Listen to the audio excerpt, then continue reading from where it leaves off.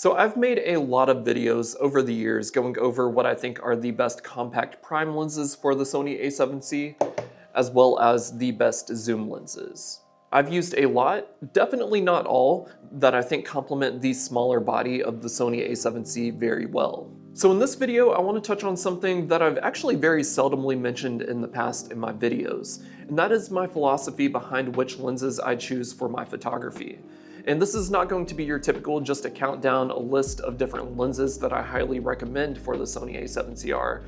I want to touch on when I think it's best to use a combination of both prime lenses and zoom lenses, so you can cover a broad range, and that way with the least amount of lenses possible, you're able to capture the most amount of photos possible. Now, for as long as I've been a photographer, I've always carried one prime lens that is my favorite focal length, the 35mm, and that's varied between different 1.4 lenses, and I've now moved on to a 1.8 lens, and I've always carried one general purpose zoom with me as well. That started out as a 24-70 f2.8, the original Sony G Master, and I have now gravitated toward the Sony 20-70 f4G lens. Now, of course, if you want to put one of those lenses on the A7C, that includes the A7C II, A7CR, or the original A7C, go right ahead. There's nothing stopping you, and this video is not me telling you directly to buy these exact lenses. So both of the lenses I've mentioned and all of the ones I include in this video are my own personal preference. Yours may be different, so let me know in the comments down below if you follow a similar philosophy as to what I'm about to talk about, and let me know what those lenses are in the comments down below. Early on during my days as primarily a portrait photographer, I always wanted to make sure that the lenses I had on me were the fastest apertures possible. So the 35 was always a 1.4, and the 24-70 I made sure I had a 2.8.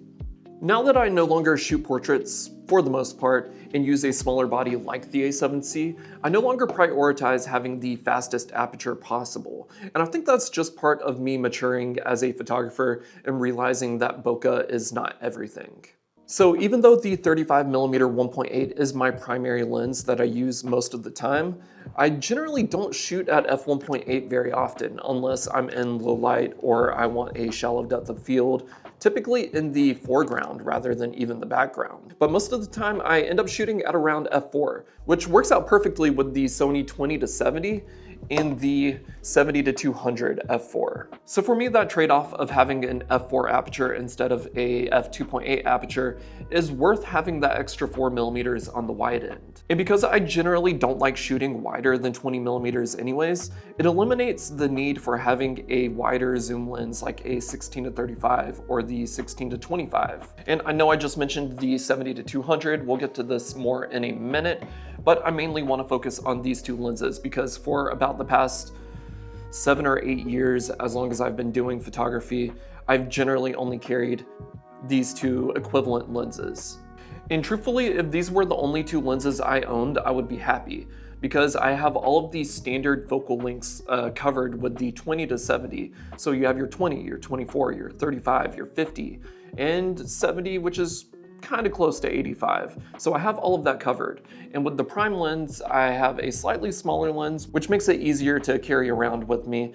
And I can shoot at f1.8 if I need to, so I have low light covered. But I've found that it's very easy for your photography to become stale over the years if you're only shooting at those standard typical focal length ranges in between super wide and telephoto. It's very easy to become complacent and find yourself shooting the same photo over and over again. Now that's not a bad thing necessarily, because it just means you are refining your craft and your style. So that's why I decided to add the Sony 70-200 f4G Mark II lens to my camera bag. So after almost a decade of shooting exclusively in those standard typical focal length ranges, I added this telephoto zoom to my camera bag, and I'm honestly mad at myself that I did not do it sooner because I'm loving how using a telephoto lenses changes my mentality when it comes to how I approach photos in different compositions.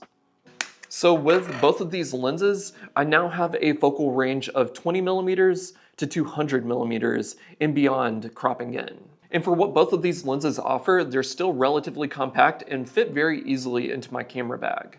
And I know you may be thinking, despite all of that, why do I still use the 35mm 1.8 most of the time? especially if I'm usually shooting at around f4 or higher anyways. And that's simply just because I usually prefer using prime lenses.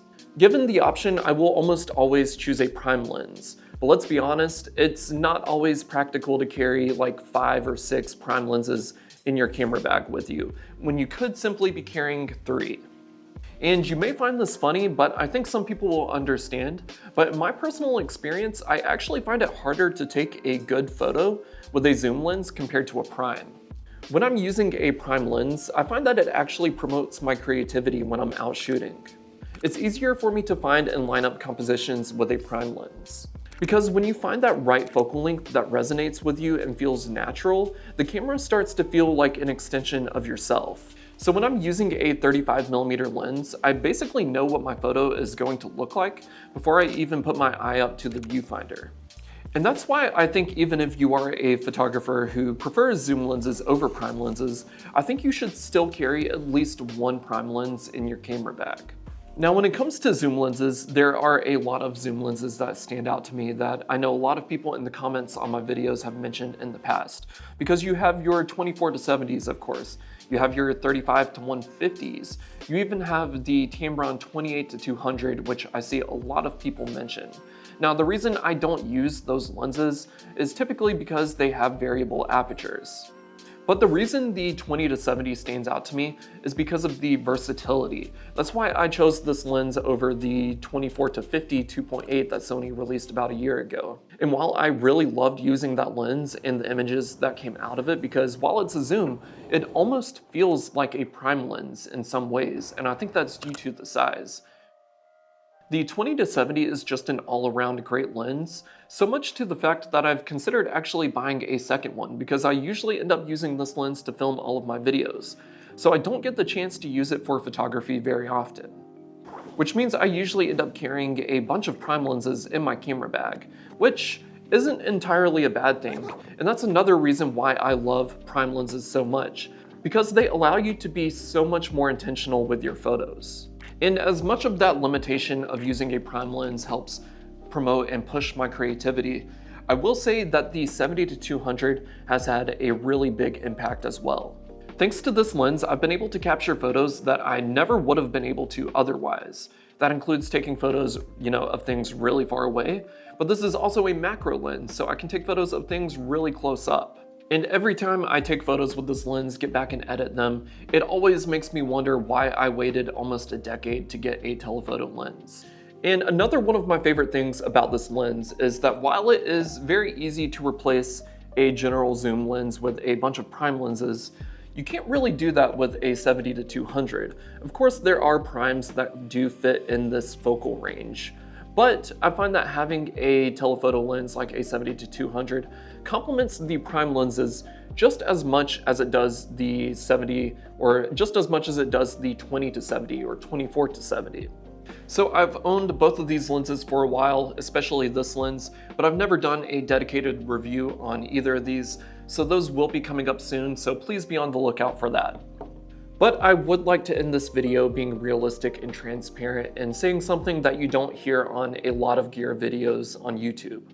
Now, I've owned a lot of lenses over the years, especially thanks to this YouTube channel and companies sending me lenses, but I've sold most of my collection. Now, I am a big advocate of spending your hard-earned money on experiences and traveling places, rather than spending all of your money on the best of the best lenses. Because if you spend all of your money on expensive lenses, then you're not going to be able to afford to travel to places to take the photos you've always dreamed of. And I think for most hobbyists, you're better off buying something like the 20-70 for $1,100 compared to buying the 24-70 G Master Mark II for $2,200. Now, I know there are other 24-70s out there that are a lot more affordable compared to the G Master, but so many people are obsessed with having the best of the best. And it feels like so many creators try and push on you how important it is to have the best of the best. But realistically, that 2.8 aperture is not going to make your photos any better if you can't afford to travel to these places to take the photos in the first place. It's the same situation with my prime lens. As I've mentioned, and I've made plenty of videos in the past, I used to have the 35mm 1.4 G Master, but I decided to sell that and get the 35mm 1.8 because I can take just as good photos with this lens compared to the more expensive lens that costs twice as much. So with photography and making these videos being my full-time job, I've seen a lot of lenses come and go over the years. But with these three lenses, I don't see them going anywhere anytime soon. So thank you for watching the video. If you enjoyed it, please like the video and subscribe to help support the channel. You can support the channel even further by becoming a member or checking out my website where you can buy my Lightroom presets. That is one of the best ways you can help support the channel. In the meantime, I hope I could inspire you guys to get out and take more photos. Go out and shoot. All right, hey, it's me again. I thought the video was over, and I had planned out and written this video like weeks ago, and I finally got around to filming it today. And like an hour after I filmed it, Sigma announced a new lens, the 20 to 200, variable aperture of 3.5 to 6.3. Now, obviously, if I had known about this lens when I made this video, I definitely would have mentioned it, but it had not been announced yet, and I hadn't seen any rumors about it. Maybe there had been rumors. But either way, I still stand by exactly what I said in this video.